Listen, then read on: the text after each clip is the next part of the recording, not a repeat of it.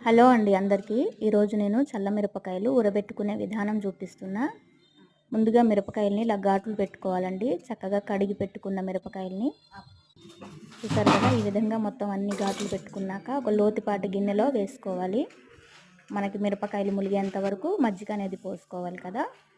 ముందుగా సాల్ట్ వేసుకోవాలండి, రుచికి సరిపడా. కొంచెం సాల్ట్ ఎక్కువనే పడుతుంది, ఉప్పగా ఉంటేనే బాగుంటాయి మిరపకాయలు. నేను 4 నుంచి 5 స్పూన్ల వరకు వేసుకున్నా హాఫ్ కిలో మిరపకాయలకి.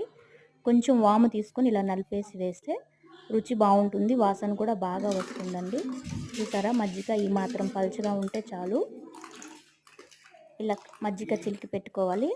మిరపకాయలు ములిగేంత వరకు మజ్జిగ అనేది పోసుకొని కలిపి పక్కన పెట్టుకోవాలండి. 3 రోజులు పక్కన పెట్టుకోవాలి. మధ్య మధ్యలో కలుపుతూ ఉండాలి, లేదంటే స్మెల్ వచ్చేస్తుంది. 3 రోజులు ఊరిన తర్వాత ఎండలో పెట్టుకొని 3 రోజులు ఎండబెట్టుకున్నాక వేయించుకుంటే బాగుంటుంది.